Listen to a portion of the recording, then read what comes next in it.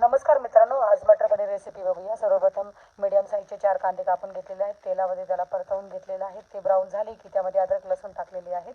त्यानंतर मीडियम साईजचा टोमॅटो टाकून त्यावर झाकण ठेवून त्याला थोडंसं मऊ होईपर्यंत त्याला शिजवून घेतलेले आहे।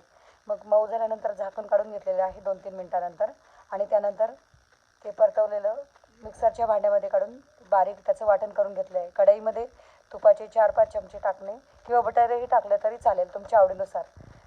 ते टाकल्यानंतर त्यात तो आपण बारीक केलेला मसाला तुपामध्ये टाकणे व त्याला छान परतवून घेणे। तो परतवल्यानंतर त्याच्यात किचन किंग मसाला 1.5 चमचा, 1 चमचा धना पावडर, 1 चमचा लाल मिरची हे टाकून परतवून घेणे। त्यानंतर आपले ताजे मटर असल्यामुळे ते फोडणीतच टाकले, कारण ते कच्चे राहण्याची शक्यता असते, म्हणून फोडणीत परतवून घेतले झाकण ठेवून।